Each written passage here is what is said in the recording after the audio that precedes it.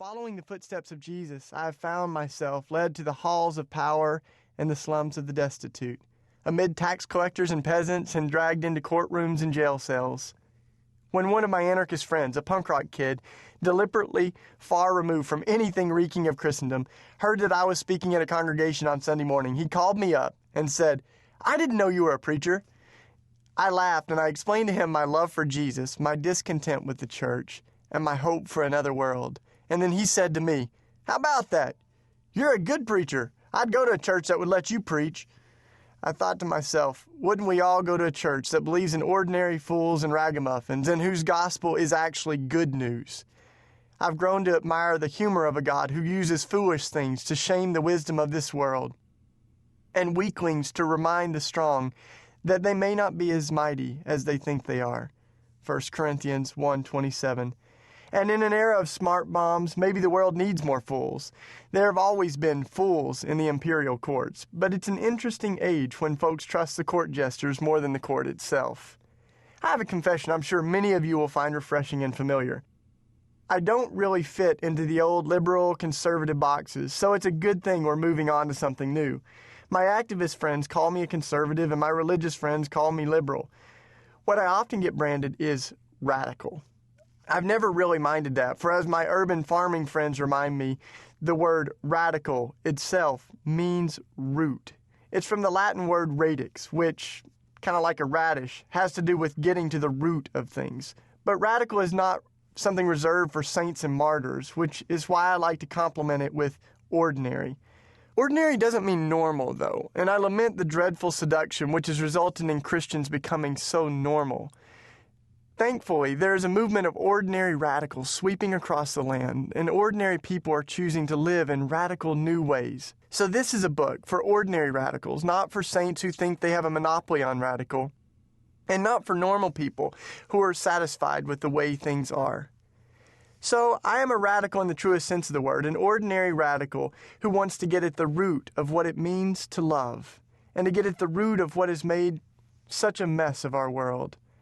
And many of my heroes were radicals, trying to get back to the roots of Christianity. In the past, being labeled radical was nice because it made me feel a little sassy, and I never had to worry about folks taking me too seriously. It was a word you used to write somebody off, usually folks who exaggerated the truth that the world was neglecting. But something strange has happened. Either I'm no longer radical in that sense, or there are a lot of ordinary radicals out there. People are actually paying attention. And the question is no longer what to do if nobody listens, but what happens when people actually take us seriously. What do we do when the foolishness of the cross actually makes more sense than the wisdom of the sword? What if a fragile world is more attracted to God's vision of interdependence and sacrificial sharing than to the mirage of independence and materialism? What do we do when we are the ones who have gone sane in a crazy world? Everybody from Spin Magazine to Christianity Today has called us at the simple way, looking for another face of evangelical Christianity. I'm not sure if it's because people have grown discontented or have just lost interest, but the controversial evangelical voices of conflict politics and sexy media have grown stale and no longer reflect an emerging and evolving church in the United States, if they ever did. People are no longer convicted that the, quote, moral majority is either moral or the majority. And when my dear friend and co-conspirator Jim Wallace wrote his latest book, God's Politics, many of us were astonished when it jumped onto the New York Times bestseller list.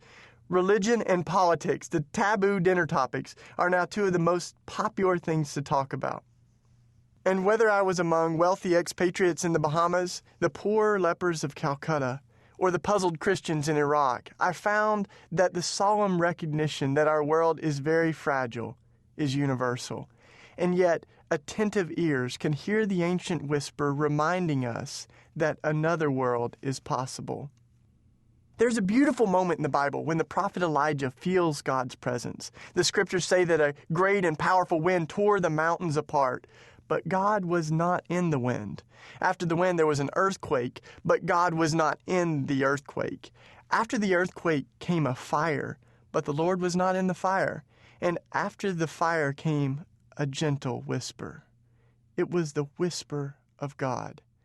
Today we can hear the whisper where we least expect it, in a